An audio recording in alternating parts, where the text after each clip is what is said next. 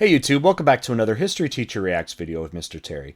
Today I'm going to do what I get requested of daily, and that is cover more epic rap battles of history videos. Literally daily I get requests to always do more, people really seem to like it, and I have a fun time checking them out as well. Now within the last month, month or two, they have put out 2 new videos, so the requests were amping up even more. And what I thought we would do today is I would check out these 2 recent ones that came out in the last couple months. And that would be Vlad the Impaler versus Count Dracula, which just came out a few days ago in this last couple week lead up to Halloween. Maybe that's what they're doing, trying to get some scary figures there. And then after that, it was about a little over a month or so ago, was Mother Teresa versus Sigmund Freud. And then for kind of a third bonus one, I was going through the list of their videos of ones I haven't checked out and saw Thor versus Zeus. So I thought we would check that out as well. So we're going to watch 3 videos today. Before we get started though, if you have not subscribed to my channel, I'd love to have you along as a subscriber. If you're new to my channel, basic premise of what I do is I'm a history teacher, and I like to go through YouTube and try to find awesome history videos so I can continually learn. In my video, I often say that I'm on a kind of never-ending quest for historical knowledge out here on the internet. And when I can, I'll jump in and give my perspective or maybe add something or something like that along the way. So we have a great community of history lovers that are kind of following me, and we're part of this kind of journey together. It's a great time. So if you'd like to kind of join us, definitely subscribe. Also do a lot of live streams and live premieres, and if you want to know when those are so you can be part of our live community that way, be sure to enable those notifications. All right, let's go ahead and get started though. The first one here is Vlad the Impaler versus Count Dracula. This totally makes sense because if you did not know, the Bram Stoker's Count Dracula figure is based off of an actual person known as Vlad the Impaler. He was a king of a kingdom called Wallachia, which is in modern-day Romania, and of course had this very villainous reputation, which gets him the name Vlad the Impaler, because one of the common things he would do to enemies was impale their bodies. So basically pierce their bodies on big spiky poles, basically for all to see. And he kind of has this infamous history where he's known as this violent, incredibly violent person, but also seen as a national hero, as he was fighting the enemies of this region. Specifically, was known for fighting the Ottoman Turks, and they had a great rivalry there during his sort of reign. And anyway, that's a little bit of the backstory there if you did not know that. So I'm interested to see what the ties they kind of make together there. But let's go ahead and get started. Vlad the Impaler versus Count Dracula.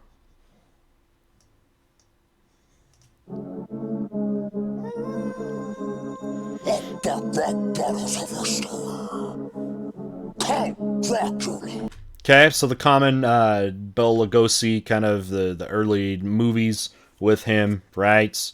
You all the stereotypes there, the fangs and the cape and kind of well dressed and that sort of thing. So I'm not sure if that's something that you're going to see from Vlad necessarily, although I mean he is kind of royalty that way. But yeah, that's the classic movie look there for Dracula, right? All right, so yep, there we go. Had the mustache. He was kind of famous for his mustache. Of course, he's got a big pike there, so he can do his impaling. So good luck there. Imagine forests of corpses dripping on a buffet. You call that a nightmare, I call that a Tuesday. So we're just starting right away, setting up and embracing his own villainy. Right? Corpses like a buffet, right? And he's called it a nightmare, calls it a Tuesday. If I'm just kind of thinking, the whole impaling thing, I thought I heard that number that's expected that he of the killings or whatever he had done, that the impaling, I've heard that number that he had impaled at least like 20,000 people. And with that, though, there were other ways he would kill people. I know he did beheadings a lot, so it was like thousands of beheadings, burning people at the stake. I had heard a couple other kind of crazy stories of, was it like had someone boiled and then they basically like ate him like cannibals.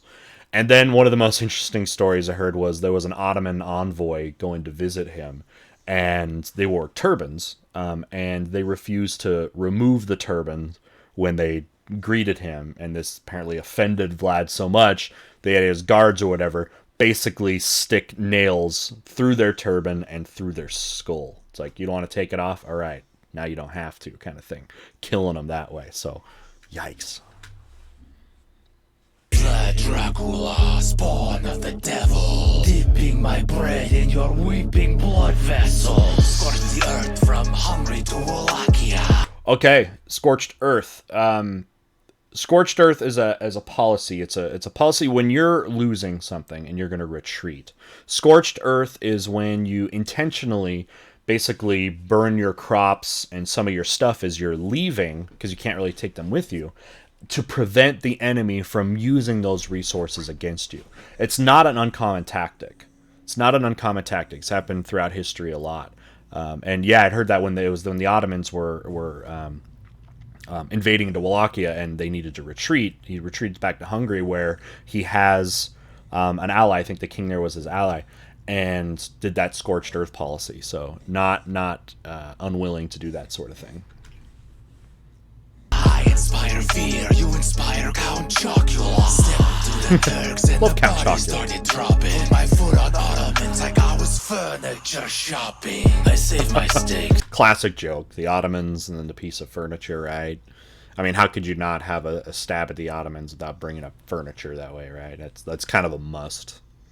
No need crucifix. I kill you with Olive Garden, garlic breadsticks. I butcher men, women, and Also children like delicious. cows. Put more meat on swords than Fogo de Chao. Does this mic still work after that blah blah blah? Check one. Okay, so this is a pretty good start here for Vlad the Impaler. He has set himself up to be a very violent, threatening person.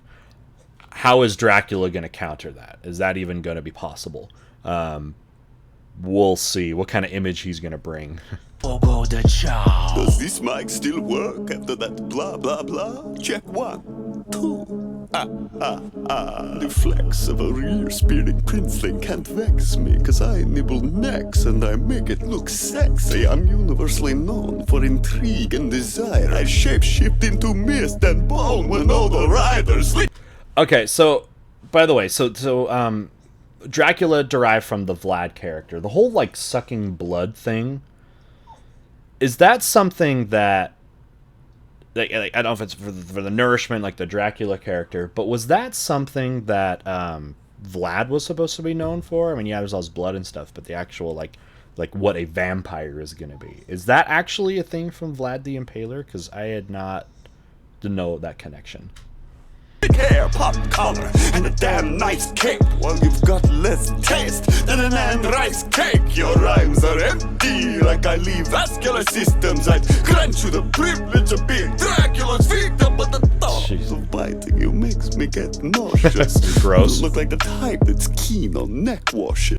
So just going after him, just being like, hey, you're probably really gross, right? You're not one that would be washed up for, biting necks and stuff like that. So, yeah. Did you shapeshift? So, I mean, he didn't really go after it. He didn't really build himself up as, like, a scary person, necessarily, or threatening. So, the first verse is definitely set up Vlad as the more powerful figure, right? Did you shapeshift those punchlines? Let's go back 5 seconds. Nauseous. You don't look like the type that's keen on neck washes. Did you shapeshift those punchlines? Cause they missed. It feels like your They missed. reflection. It doesn't exist. What is that from, too? The like, why don't vampires have reflections? Is it because they're immortal that way? They have no, like, inner soul or something like that? Turn your taint to a tiz. When I put a stick through ya. Seen a sucker this soft? It's ridiculous. Get beat by Count Dracula. You're smoking Dracula. I dunk on your wackula. Raps like I'm Shacula. I'm Vlad to the bone. Vlad the hot nailer. Vlad that commits heinous acts on rats. As the jailer. You leached my name, you pale son of a bitch. And your weak ass gets beat by the sun at the beach. Your slick hair and... So, going after actually how weak he is. Like, hey, you... Because the thing about vampires can't go out in daylight. He's like, man, you're so easy to defeat, right? And he's talking about brutality even while he's in jail and things like that. Came out all flappy razzle-dazzle, but at the end of the day you're a bat, and that's only half a battle. Whoa! I did not know that you could read. That's great. Now let's see if you can bleed. Ha! You thought the sun could kill me? Not true. I'm the vampire so cold they call me Nosferatu. My syllable delivery is devilishly intricate. I rock the house once I'm invited into it. And here's a tidbit that you can stick a stake up. You're losing so bad you should join Team Jacob. Twilight reference? Is that what's going on there?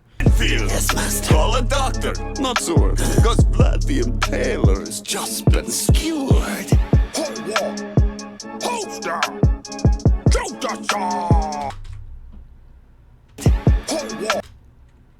Is there any question? I mean, Vlad won, right? I mean, that's who I would pick. He was far more of the intimidating character, and definitely did the balance of talking about himself and the other. But I mean, Vlad the Impaler, right? I mean, embracing all the brutality that he had, that sort of thing. I thought he had some better lines too. The Cat Dracula, he did all right, but I don't know. I'm almost wondering if this was doomed from the start there. But let's go ahead and have the discussion. Who do you think won and why? Okay, feel free to put that down in chat and give your opinion that way. But I'm going to go ahead and put that one for Vlad the Impaler.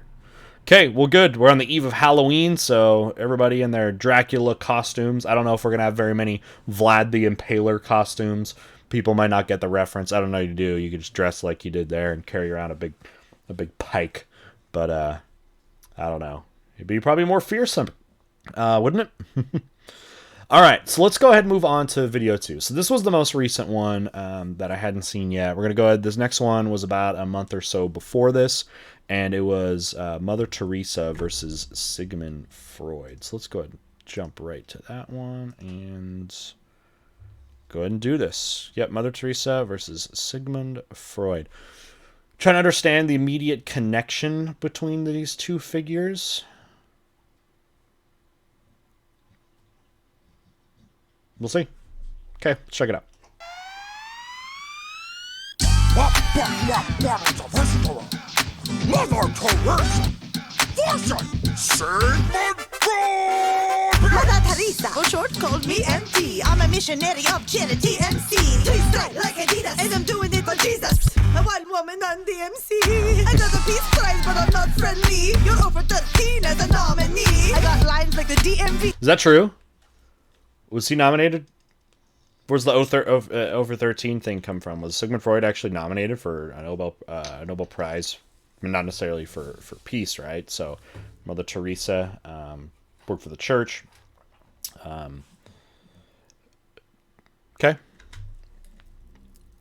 Got lines like the DMV takes balls, but I ain't got no DNV. Couldn't ask for a better adversary on the mic than the father of psychoanalysis. Psych! Look at that egghead. Mama wants some omelet. I'm here to crack the mind behind the mom's sex complex. I gave food bed. Yeah, so one of the things, of course, Sigmund Freud has been infamous for. He's one of the leading figures in the study of psychology.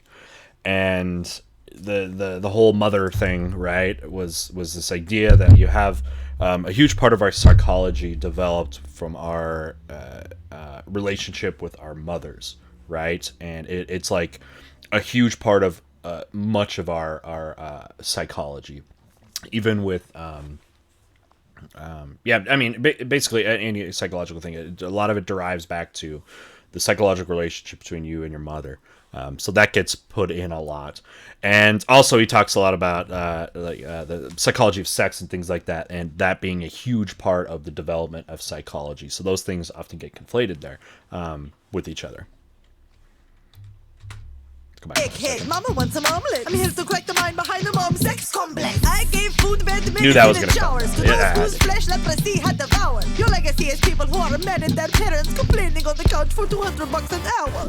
So that's the jab at psychologists, right? You go there, spend $200 an hour to, sit on a couch and tell about your stories, right? And there's a lot of different views upon psychology, that of its usefulness and effectiveness. Some people view it as a scam. Some people view it as incredibly important, right? So with Sigmund Freud being one of those leading figures in study of psychology.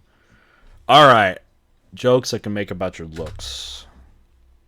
Jokes I can make about your looks abundant, your chastity vow redundant. But that's enough about Mary B. Let's turn to my favorite subject, me. I got mouse cancer.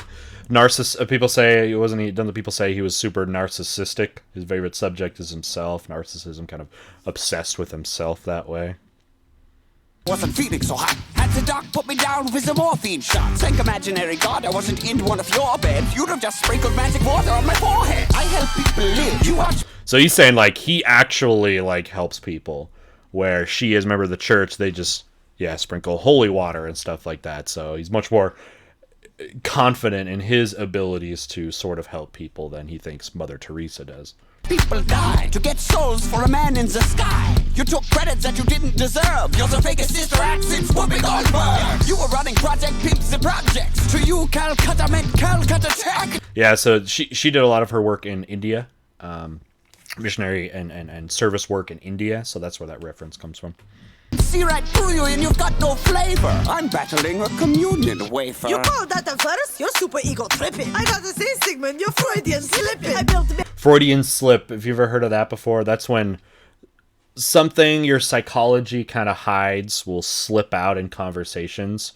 Something that you may be hiding or something like that. It slips out. A Freudian slip, right? Something you weren't meaning to necessarily say that is in your conscience and it comes out. Might have heard of that before, but that's what that refers to. Built mad missions. mad missions in my savior's name. All you built was a mad tolerance for cocaine. Obsessed with masturbation, but you. That's right. Was it him that they say was really into drug use and probably the psychological effects of drugs? So, thought I'd heard of that before. The beat, your flows are so poor I should be washing their feet. Dreams are the only place you'll ever be as dope as me. I make my rhymes count like beads on a rose. Everything is sex to you after I'm through wrecking you. I'll have to go and do confession just for standing next to you. Yeah, they say he was very lewd in that way. Again, very lewd in that way. That sexual desire and stuff like that is the source of our entire psychology. It drives everything. That was kind of one of the big Freud things. Second coming, I'll bless them like a kid. I end you like a prayer, mother lover, amen. I notice that you talk a lot about yourself, which is funny, since you hide your true feelings like they were other people's money. Ooh, an exception to my theory. I can't believe this. Here we have a mother that no one wants to sleep with. You had a nice message, but your methods were detestable. He's embracing the whole sexuality and mothers thing, right? Just he's embracing the criticism, his own criticism now. Well, I've seen better care given to organic vegetables. All these tokens of smoke and miracles. You really believe all this stuff? You're hysterical. I've got the libido to continue to beat ya. But our time is up, Teresa. Whoa. Wow. Okay, so who won? Poster!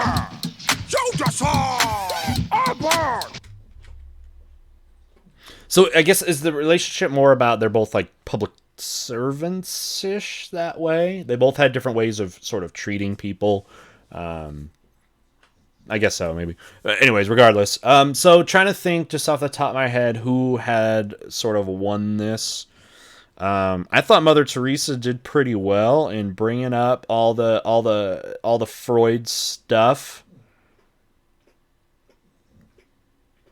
The things about Freud. Freud brought up a lot of the misconceptions about Mother Teresa, about her, if she's really helping a lot of people that way. So, At first, I was kind of leaning towards Mother Teresa, with kind of some of the better lines that way.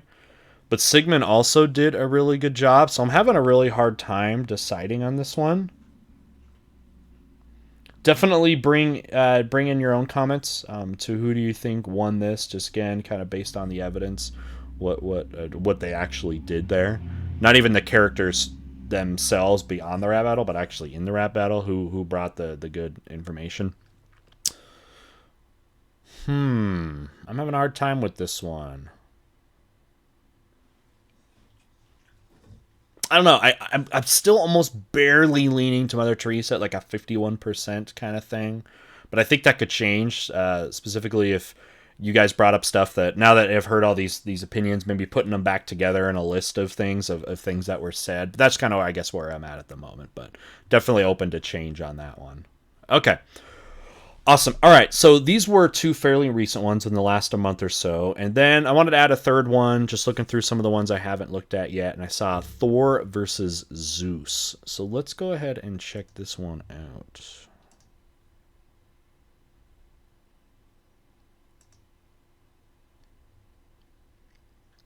Got the Norse god and the Greek god. Let's see what they got here.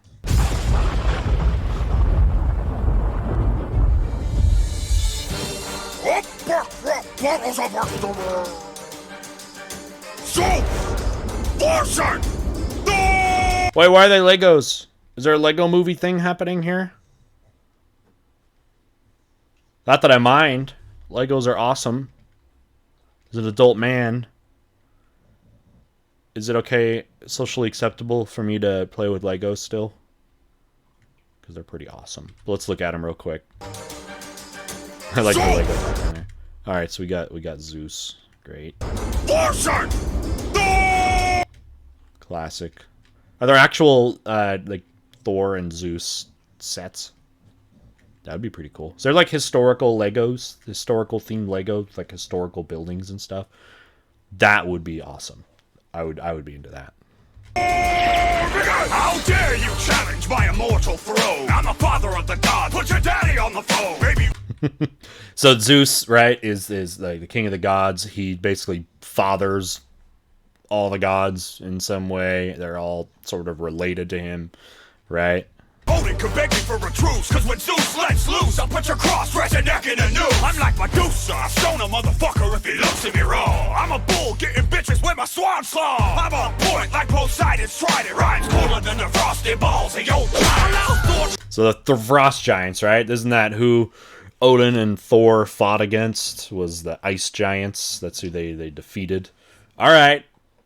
You gotta have the cocky introduction verse, which is what Zeus is doing. He's like, yeah, all those things are true about me. Yeah, I father all the gods, and I get with all the human and god women and all that stuff. So let's see what Thor can bring back. Allow Thor to retort. To retort, you shape-shifting rapist, I get a taste of the Scandinavian greatness, brought forth by my rage and thunderstorm force. Cause I don't get nice, I get Norse. I don't get nice, I get Norse. Great play on words right there. Love that. Valhalla. Valhalla at ya. Valhalla is the sort of Norse heaven, right? Of the Nords, of the Norse. Great use of words too. Let's go back 5 seconds. I want to see that in the context. By my rage and thunderstorm force, cause I don't get nice, I get Norse. Holla at your boy and we'll fight it out. But keep your Asgard up, Asgard, isn't that where they're from? Asgard, like where the gods live? Ragnarok. Isn't Ragnarok, I believe Ragnarok is like the, is that kind of the end of times kind of thing for Norse culture? Rock the house. You tongue kiss your sister. That's grosser than a gorgon. On the thunder down under Natalie Portman. Who would have... A lot of kind of incestuous stuff that happens within the Greek pantheon of gods too. So that's why he's bringing that up. Worship someone as abusive as Zeus is. You're ruthless to humans. Your crew is like the clash of the douches. Ruling over the Greeks, so people weak and fight. I'd spit in your face, but you'd probably like it.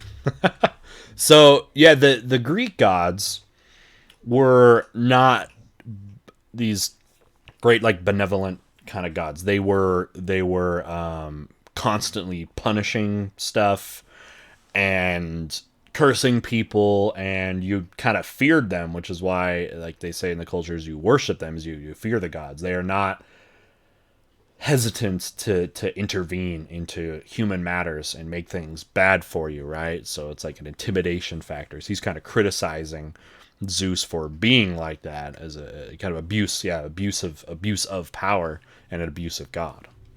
Only a mindless A fool. mindless fool would knock the fathers of philosophy. My Greeks built the bedrock of democracy. Yes, but those Greeks also criticized the worship of the gods. Guys like Socrates and stuff like that, right? They found a lot of the beliefs irrational. So Zeus, you probably can't take credit for that because they weren't necessarily a fan of you. With astronomy, they charted out the movements of my kin. All the pimps on Mount Olympus and me the kingpin. Let this sink in, I'm about to rain on your parade. She trigger finger quicker with the bolts than Usain. Your history, I'll be the first to put it. Saint Bolt, nice play on words there. The track athlete, fastest man ever. Usain Bolt. He throws bolts, right? Zeus, the lightning bolts. That's where lightning comes from, obviously. In writing, MC Hammer just got struck twice by Greek lightning. Rain, old man, this is hardly a drizzle. You couldn't give the women in my homeland the sniffles. You can keep They're built on the cold and water, right? The Norse people up there. You're not gonna mess with them. The long ships, those can take the beatings. You have to do more than that, right? You're astronomer. I'll sail with the conquerors for thousands of kilometers, discovering the continents. I'm alpha dog dominant. You can't beat me. I will drop you like Greece's GDP. Modern influence, the Greek economic collapse of a few years ago, which really threatened the EU and the euro and all that stuff. Greece's economy just completely bottomed out. So throwing out a modern reference, that's pretty good. Send you deeper underground than the depths of your Hades. Now make like your daddy and swallow my baby. You think the under... Yeah, that's what they had. The father of the pantheon gods above Zeus. So they ate him, and then I think the gods like burst out of him, like they ate him, and then burst out of him. You know, makes sense, right? Like out of the stomach, out of the body of the father of these guys, of the gods here. The world scares the ruler of the sky. You're joking. Loki must have written your lines. By the time I Loki, finish the great whipping you with wits and rhymes, you'll need a dog. lighter for your ship, cause a Viking just died. Your glory days are over. Your Oracle should have told you. Kick your wrinkly dick back in your toga like Opa. Here, take these Dracula for your eyes. When you get to River Styx, tell your three-headed bitch I say hi. So you pay the coinman, you're right to go. You got to cross the river Styx, and you pay the boatman. You give him the drachma, which is why in Greek culture, when someone died, you put money. You gave them coins, drachma, and then they would use that to pay the boatman so they could get into the afterlife. All right, is that it? Oh yeah.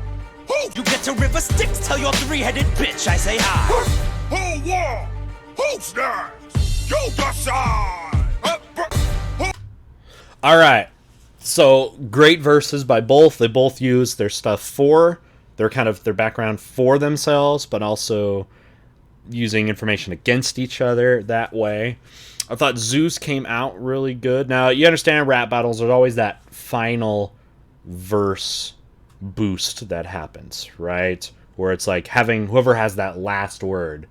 It seems like in rap battles gets that little extra boost. So you have to kind of avoid that. But regardless of that, I think after the kind of the first thing here, I'm kind of leaning towards Thor, I think, at this time. What do you guys think? I thought he had some good lines. A lot of great play on words. They both did. They had great play on words. That's always so great in a rap battle, right? Bringing up all kinds of stuff about Zeus's horrible past and the awful things, I guess, that they would say he did as well.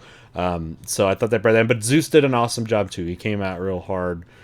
Brought up some good things, but I don't know. I think I'm going to give that one to Thor, personally here. But again, who won? You decide. You can put that down in the comments. Have a discussion there. All right, then, everybody. I liked all three of these. These were all very interesting. Had their funny moments, and brought up some historical stuff, and that's always great to do. I hope I was able, I don't know, I just added little things here and there. Hopefully that was in some way useful and what you came here for in the first place, right? All right, well, I'm always promote the original people, so if you've been living under a rock and don't know the Epic Rap Battles of History channel, Again, you've probably been living under a rock. It's one of the most sub channels, I believe, on the entire platform of YouTube. But if you have not, definitely go out there. They have tons of videos. I think they've been doing this for years. They're great, and yeah, definitely sub to them. So that's awesome.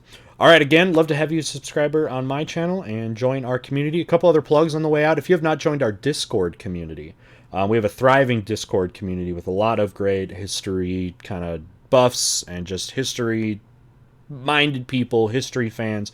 We have great discussions on there about all kinds of historical topics. If you just want to talk history, if you have a question about history, you're going to find some well-educated and interested people and a great community, again, to be a part of. So if you would like to join our Discord server, that is down below in the description. There is a link to that. Another thing you do if you feel like supporting the channel a little bit further is becoming one of our Patreon pledgers. One of the perks of becoming a Patreon pledger is you get to vote in a weekly poll that I post with videos that you can choose to get highlighted that week. It's a way to get a little more influence on what happens on this channel. The tiers are basically as low as as they can be set. You can get involved and be a Patreon member for as little as $1 a month. And that just goes to helping support the channel. You can also do a higher tier at $5 a month, which gives you some Discord, extra Discord access. So, but first and foremost, join that if you'd like to be a part of our community. And love to see you around and just to see more of you. All right, with that, I think we'll go ahead and end here. Had a good time. Hopefully you did too. And we'll see you hopefully very soon. Bye.